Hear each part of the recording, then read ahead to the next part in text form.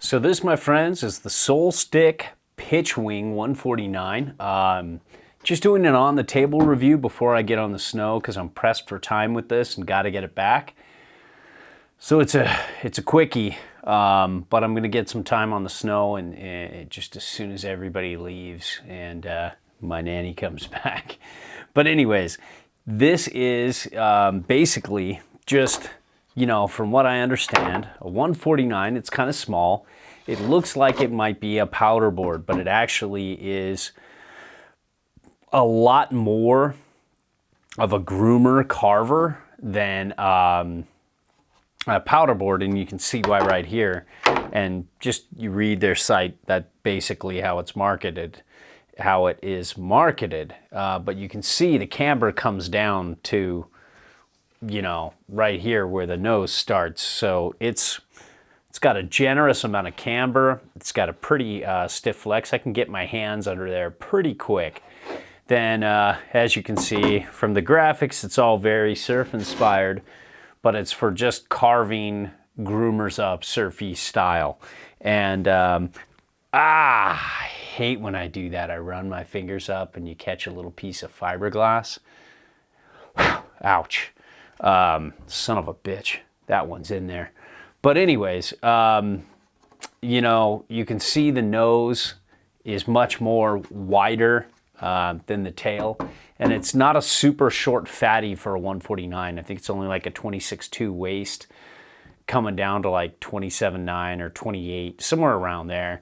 And then coming out not too wide, like almost, I think it's like 30 something, like I think 30.9 or something like that. So there's definitely some taper here, but it's not this ultra wide short fatty. Yeah, it's a little wide for a 49, but not super wide.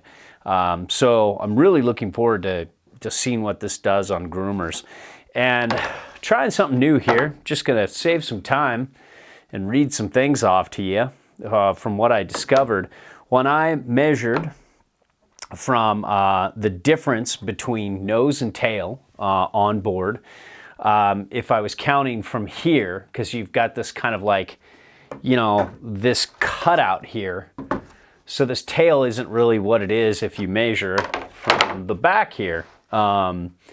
So from here to here with traditional bindings, we're looking at 11 between nose and tail. So that's 5.5 inches back on board, which is really far. But then even gnarlier is if we measure from here, where just kind of this, this little, let me see here. If we measure from here, where instead of here on the swallowtail, you're looking at 20.5 inches difference between nose and tail, and 10.25 inches back on board. So it's probably somewhere between the two of those because, there is some volume here and here, but that's a huge cutout. That seems like almost half of the tail is gone. So it seems like it might be good in powder. I'm not sure if I'll get any in the time that I have it to tell you, but this is just to give you the quick and dirty specs of the board, and I just kind of show you what it does, and then check the review above to see the rest. But you can see the base is just nice and clear, easy to repair if you have a PTEX gun.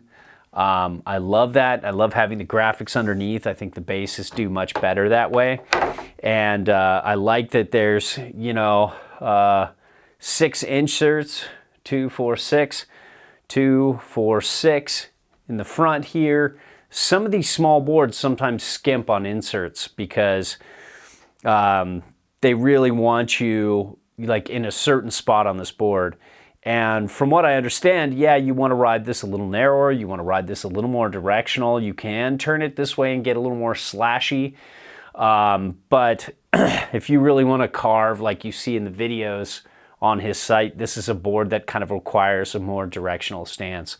But there's enough inserts for you to be who you want to be on this board, even if you don't want to follow what they suggest. And that's kind of cool. And it just looks like it's got lots of camber. I can't wait to set it up and get out there and just, you know, lay rails on some groomers after all of you are back from vacation.